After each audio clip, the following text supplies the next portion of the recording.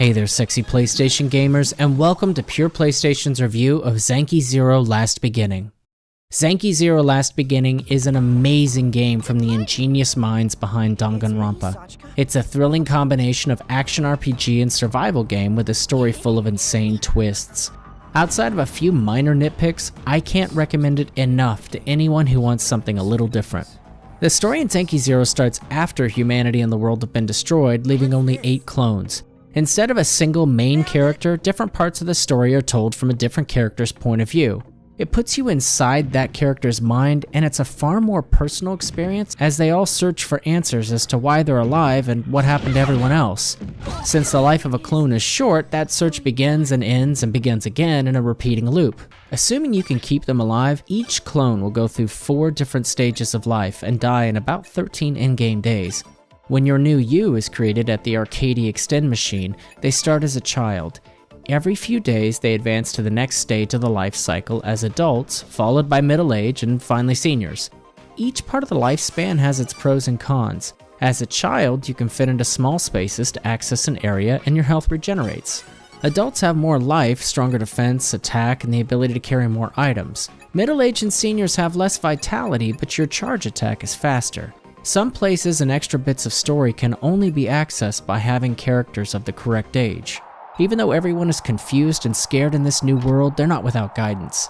As you progress through the game, you'll find old CRT TVs that can play a show called Extend TV. Hosted by the exuberant and slightly pervy young man Sho and a sheep named Mirai, they let you know when you can explore new ruins and reveal details about each character's past through conquest videos. I loved these segments and couldn't wait to see the next video. The writing was very clever, with jokes for the player as much for the story, and I laughed more than a few times.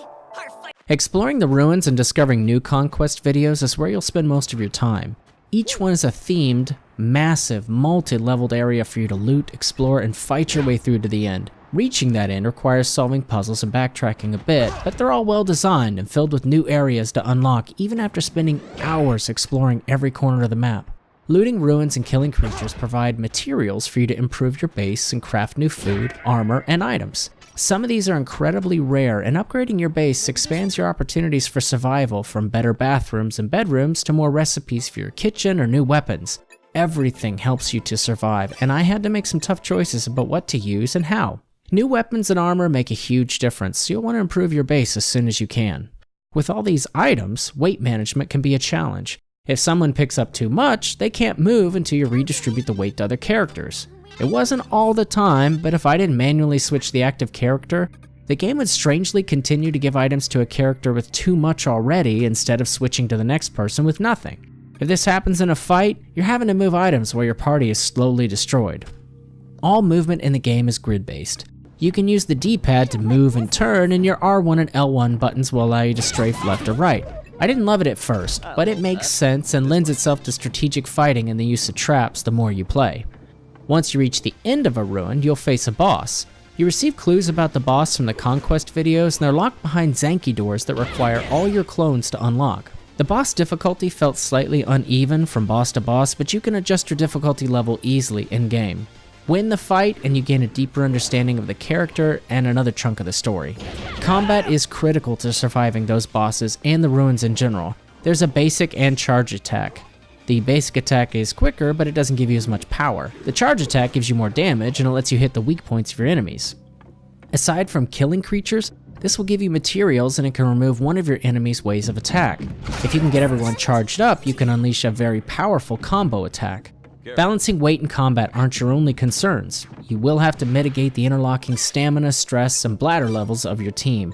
Stamina will decrease naturally and faster as you move while charged for an attack. If it reaches 0, you start to lose health, so cook at your base and feed your team something to regain part of it. Eating will increase how quickly your bladder fills, and trips to the bathroom keeping you from making a nasty mess on yourself and increasing stress. Yes, really.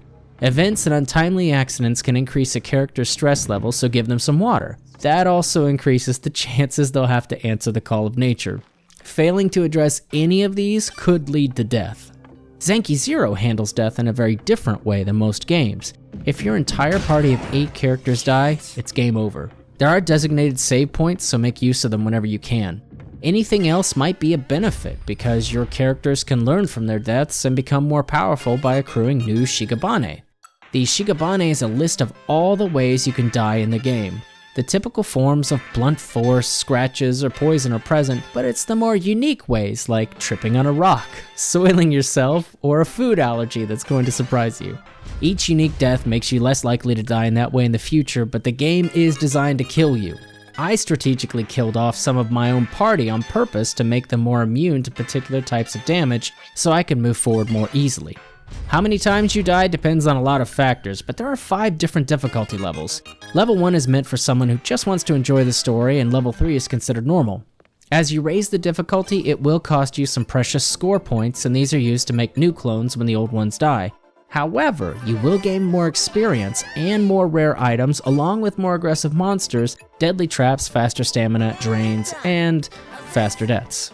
Higher difficulty has drawbacks, but it has bigger rewards too. Now, I've made no secret about my lack of skill in gaming, but I think you should avoid the lowest difficulty. The lower you go, the more empty the world appears to be. There are fewer monsters to kill or avoid, sometimes the best strategy, and the tension is gone. Even between levels 3 and 4, there's a huge difference in how the game feels. You can lower the difficulty at any time for free, so give it a try. Although it may not be going for realism, the whole presentation is marvelous. From the art to the story, there are so many things that look and feel great. Items are pixelated and the world has a lower poly appearance in general. The music is electronic and you can play your favorite tracks. The cutscenes are also done in a visual novel style with text and semi-static character images. The voice acting in the English audio is actually very good, but you can roll with the Japanese audio if you prefer. Wrapping all of that together is the writing, and it's the best part of the game. From character interactions to extend TV, it gives you plenty of jokes that made me laugh, while managing not to fumble over the more serious moments that give certain revelations weight. I never knew what to expect, and I love that. There's even a serious side story for you to find and read as you play. Along with other notes and info scattered throughout the ruins, it's there for you to dive deeper into the world if you want to. Without spoiling anything, there are a few plot points that repeated in certain ways, losing their impact or were a little too convenient. But the majority of my 70+ hour experience was excellent. I also recommend you watch the entire credit sequence for more surprises. The only other negative was that sometimes the game would spawn me into an area with a creature already in front of me. It's random, but it could decimate my party if I tried to stay and fight while taking a beating, dying, and losing my items until I came back to grab them with new clones. Like I said, it's random. Zanki Zero Last Beginning is one of those rare games that surpassed my expectations. This is a destroyed world that I couldn't wait to explore some more and kept me enthralled from beginning to end. The survival RPG mechanics work great, and the presentation and writing are some of the best you'll find this year. If you feel like you've been there and done that with the post-apocalyptic stories, give Zanki Zero Last Beginning a try and illuminate a brighter future for humanity. It's really a breath of fresh air. For more reviews, news, and original commentary, connect with us on Facebook, Twitter, and pureplaystation.com by clicking on the links in the info box. As always, please remember to subscribe so we can bring you more content like this, or even better, but no promises.